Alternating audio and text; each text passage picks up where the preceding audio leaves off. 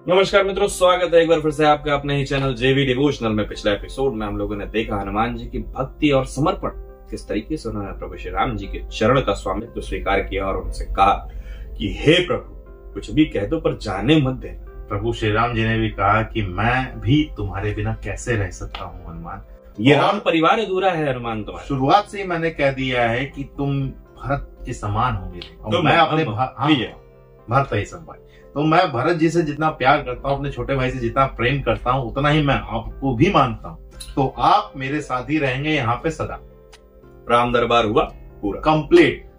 देखिए हनुमान जी ने कितनी चालाकी से अपने मित्र को मित्र के ही स्थान पे रहने दिया, लेकिन अपने प्रभु को मित्र के ऊपर बैठा दिया। और उनके मित्र जो कि सुग्रीव जी थे, उन्होंने पहले से ही प्रभु को अपने ऊपर मान लिया था, क्योंकि विष्णु अवतार हैं प्रभु श्री राम जी, और ये जानते थे कि ये जीवन तो तरह ही तरह और बैकुंठ भी। वैसे भी भगवान हनुमान का जो आधार था जीवन का, वो प्रभु श्री राम जी, उन्हीं के लिए उन्होंने वो जीवन जिया और आज तक अनंत काल तक चला आ रहा।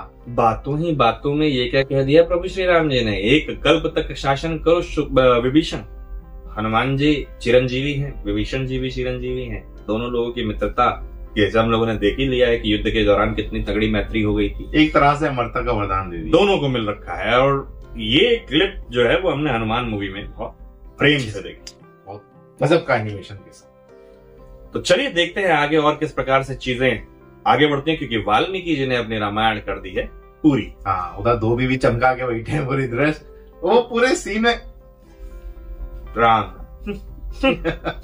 और जबकि हमने ही सीन देखा था शुरुआत में, जब सबसे पहले गले उन्होंने प्रभु श्री राम जी ने ही उन्हें लगाया था और उन्होंने कहा था नहीं नहीं आप मेरे पास मत आइए, मैं निम्न वर्ग का।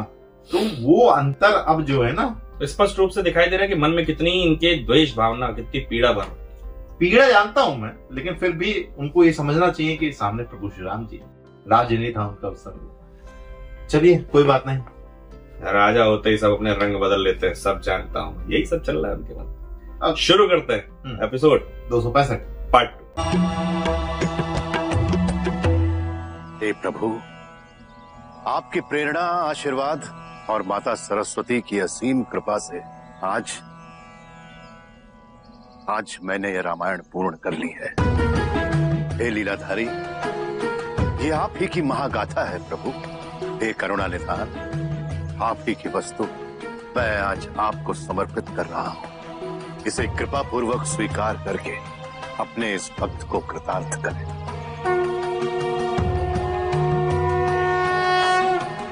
प्रणाम श्री हरि।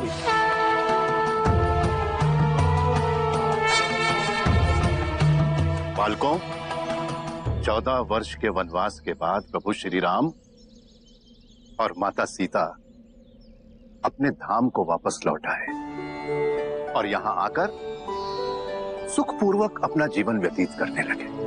गुरुदेव, क्या प्रभु श्री राम और माता जानकी की कथा यही समाप्त हो जाती है? कितनी प्रतीक्षा के उपरांत हमारे राम अयोध्या के राजा बने हैं। अब तो अयोध्या में चारों ओर धर्मराज की स्थापना होगी। अब देखना, राजा राम के राज्य में बाघ और बकरी एक ही साथ एक ही घाट का पानी पिएंगे और सभी पशु पक्षी आपस के बैर भाव भुलाकर सखा भाव से रहना प्रारंभ करेंगे। चारों तरफ आनंद ही आनंद होगा। हाँ भैया, सत्य कह रहे हो।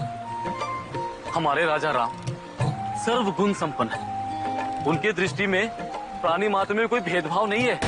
उनकी दृष्टि में धनवान निर्धन, छोटा बड़ा, ऊंचा नीचा सभी एक समान है।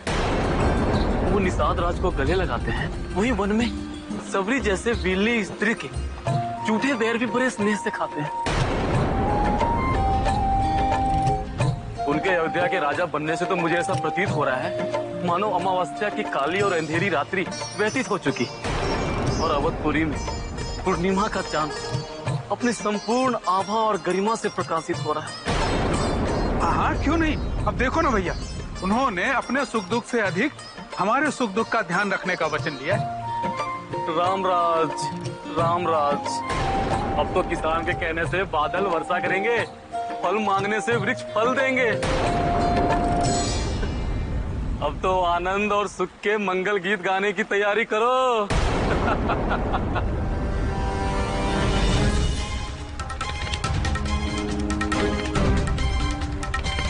क्यों भद्रा जी, आप क्यों चुप बैठे हैं? आप भी तो कुछ बोलिए अपने राम राज्य के बारे में।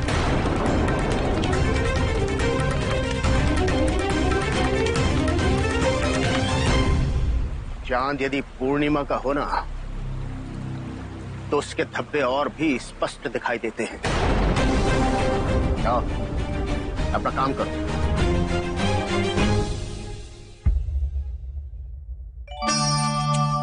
माता, ये आप क्या कर रही हैं? ये तो हमारा कर्तव्य है, इसे हमें पूरा करने दीजिए। हाँ सीता, किंतु आज नहीं, आज हमें ये करने दो। सीता, तुम चारों बहनें रघुकुल का गौरव हो, हमारा मान सम्मान हो। जिस प्रकार तुम चारों ने संकट के समय में अपने आदर्श चरित्र और कर्तव्य से इस रघुकुल की परंपरा, मान सम्मान, इन सब की रक्षा की है, ऐसा संसार में कोई अन्य स्त्री नहीं कर सकती थी। तुम चारों के कारण अयोध्या में फिर से मंगल गान गूंज रहे हैं और प्रसन्नता लौट आई है। इसीलिए मिथिला के चारों पुत्रियों के हम बहुत आभारी हैं।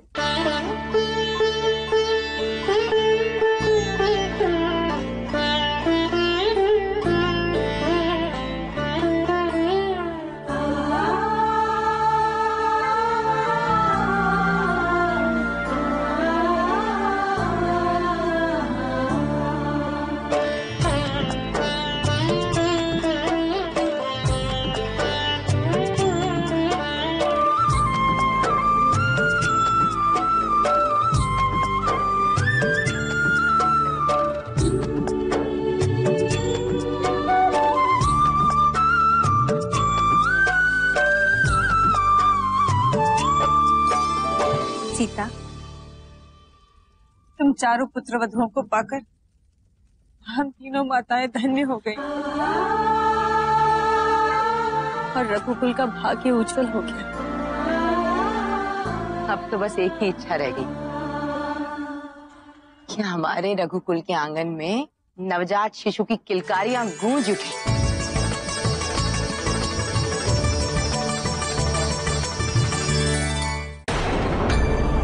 रघुनंदन,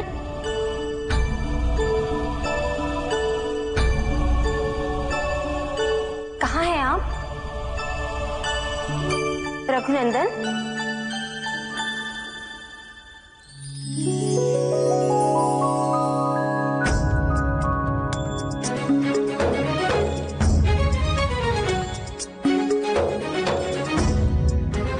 कौन कौन है आप?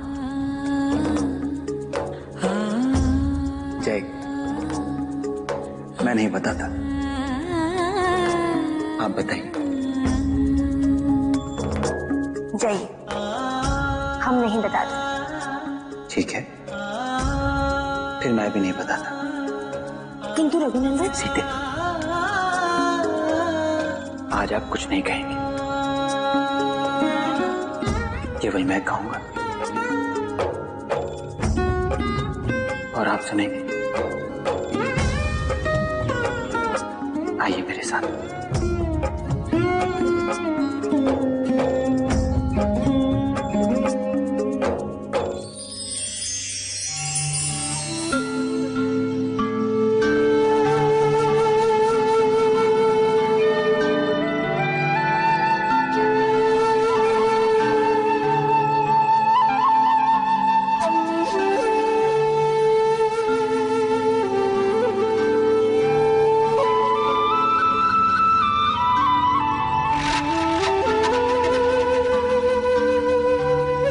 रघुनंदन, ये आप मुझे कहाँ ले आए हैं?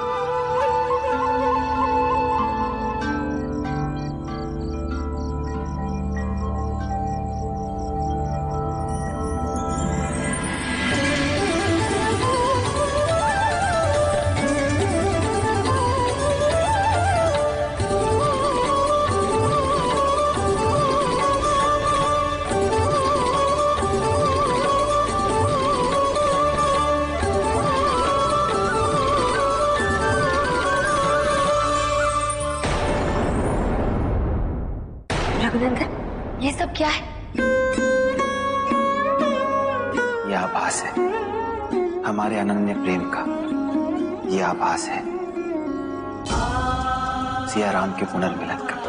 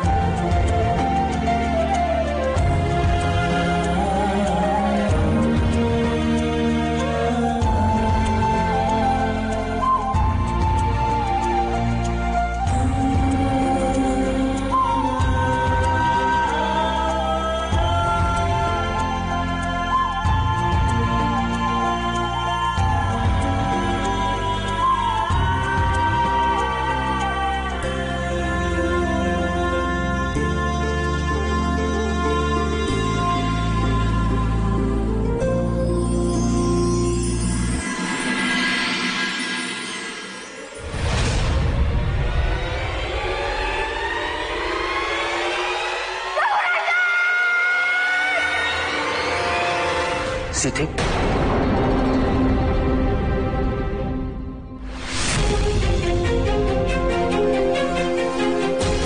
सीते,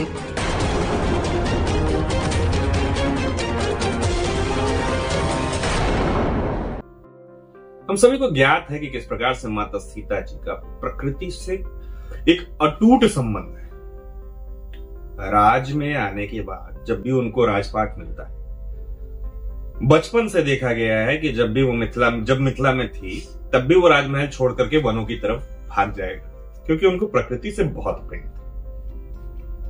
कहीं ना कहीं ये एहसास प्रभु श्री रामचंद्र जी को भी है कि इतने वर्षों बाद राजमहल का सारा सुख वैभव इत्यादि पाने के बाद एक दाम्पत्य जीवन जीने के साथ में, जिसपे अभी तक बंधन लगा रखा था, उस जीवन जीने के साथ में कहीं ना कहीं वो प्रकृति खो सी न जाए। अपनी अर्धांगिनी को उन्होंने इस अमूल्य उपहार से उनको सुशोभित किया है, उनका अलंकार पुष्पों से करके। मतलब ये बात तो एक स्त्री के जीवन में कभी जा ही नहीं सकती। खासतौर पे प्रभु श्री राम जी और माता सीता जी जिस प्रकार से मनुष्य रूप में इस पृथ्वी पर जन्म लेकर के उन्होंने वो सभी क्रियाकलाप किए जो एक सामान्य मनुष्य करता है, इसमें किसी भी प्रकार का कोई भेद न रह जाए, इसलिए उन्होंने किसी भी प्रकार का कोई भेद रखा भी नहीं। जो एक आदर्श व्यक्ति, जो एक आदर्श पुरुष अपनी पत्नी के साथ पूरे जीवन भर एक बंधन में रहता है, उसको सुनियोजित ढंग से नियंत्रित करने के लिए जिस प्रकार का संयम सामंजस्य चाहिए, वो सब कुछ पुरुषोत्तम श्री राम जी में है। जैसा एटमॉस्फेयर माता सीता को पसंद है, वैसे उन्होंने क्रिएट किया। और इतने दुख झेलने के बाद जब सुख की अनुभूति मिले, थोड़ा सा सुख देने की जो कामना होती है, सबकी होती है कि हाँ मेरी पत्नी ने मेरे साथ इतना लंबा 14 वर्षों का वनवास, उस वनवास के दौर देखिए उनको वहां पे नहीं मिला। वहां पे क्या था ना, जो करना है अपने हाथों से करना, लिमिटेशंस बहुत ज्यादा है। लिमिटेशंस इसलिए ज्यादा है क्योंकि जो अपनी फीलिंग्स को एक्सप्रेस नहीं करने देना वाली जो बंधन थे, ये अगर मैं आपके साथ अपनी फीलिंग्स को एक्सप्रेस करना चाहूं तो वो भी नहीं कर सकता। एक लिमिटेशंस थी, माता ने लिमिटेशंस के साथ भेजा। और सबसे बड़ी बात है कि आज यहाँ कल वहां, तो खाना बदोश वाला जीवन। हाँ, तो यहाँ पे क्या है, देखिए सुख तो उनको बहुत मिला क्योंकि माता सीता को उन्हीं के साथ रहना था, लेकिन एक होता है ना कि एक पति का धर्म, एक पति को अच्छा पत्नी के लिए मैंने क्या किया है, तो उस चीज के लिए उन्होंने वो राजा होने के बाद माता सीता को ये पता था कि अब ये मेरे लिए सब कुछ ला सकते, कुछ बचा ही नहीं। जिसने सोने की लंका जीत रखी, उससे उपहार की क्या उम्मीद रखी। सबसे बड़ी बात यह है कि ये चीजें तीनों माताओं ने भी समझी कि इतना दुख झेला, इन्होंने अपने परिवार को संयोजित करने के लिए इतना सब कुछ किया, इतना त्याग दिया है, तो एक दिन इनके लिए समर्पित करते थे। देखिए कितने विभूषित ढंग से इस चीज को दिखाया गया है कि माताओं ने अपनी बहुओं को पुनः प्रेम किया, कि सब लोग एक साथ रीयूनियन कर रहे हैं, रीयूनाइट हुए हैं, सबके जीवन में सारे दुख जा चुके हैं, तो अब सुख की घड़ी आई। आजाद और बैठ के गपशप मारते हैं, सब व्यवस्था करवाते हो खाने की आप सब लोगों के लिए। लेकिन बहुओं का फर्ज देखिए, माताओं के इतने कृतज्ञ होने के बाद भी बहुओं ने अपने हाथ से माताओं को, धोबी का सीन भी बड़ा अच्छा दिखाया था कि उनके अगल बगल इतनी तारीफों के, अरे सब जानते हैं, तुम निकल लो यार भाई। जल भुन के राख हो गया बंदा, अंदर से ऐसा दिख रहा है उसके चेहरे पे। उनकी पुत्री वनवास भेजा गया, उनकी नजर में तो उनको पता है कि हाँ मिस्टेक नहीं थी, लेकिन फिर भी उनको वो दंड दिया गया। डायलॉग्स, जो एक्शन उनके थे, वो स्पष्ट रूप से प्रदर्शित कर रहे थे कि उनके मन में किस प्रकार की भावना। हाँ, और वो भावना कब प्रजा में उतरेगी, हाँ ये नहीं दिखा। चांद जितना चमकता है धब्बे उतने ही साफ दिखाई देते हैं। वो भावना किस तरीके से हर एक प्रजा के मन में वो डालेंगे, वो देखना है। और क्या ये बात उन्हीं से प्रभु श्री राम तक जाएगी या प्रजा द्वारा प्रजा द्वारा जाएगी, ये देखना होगा। और मतलब देखना ये है कि किस प्रकार से ये बात प्रभु श्री राम तक पहुंचती, और उसके कितनी देर बाद प्रभु श्री राम जी इस पे विचार कर ये एक्शन लेते। फिलहाल इस एपिसोड को करेंगे हम यही सब, शीघ्र ही मिलेंगे नए के साथ, तब तक के लिए राधे राधे।